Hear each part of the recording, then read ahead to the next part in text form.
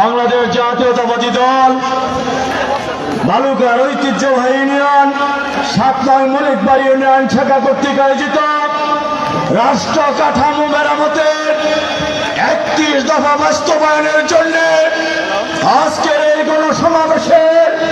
শ্রদ্ধাভাজন সভাপতি, আজকের প্রধান অতিথি বালুকা মাটি ও গণমানুষের প্রিয় নেতা, জনানন্দিত নেতা জননেতা জনাব ফখরুদ্দিন আহমেদ বাচ্চু সাহেব, প্রিয় মলিকবাড়িবাসী, আজকের এই স্কুল মাঠে মহাসমুদ্রে পরিণত হয়েছে। প্রিয় ভাইয়ের আমার, ইতিপূর্বে আমার প্রিয় নেতা বিএনপির ভারপ্রাপ্ত চেয়ারম্যান তারেক রহমান ৩১ দফা বাস্তবায়নের জন্য আমার প্রিয় নেতাকে, বালুকার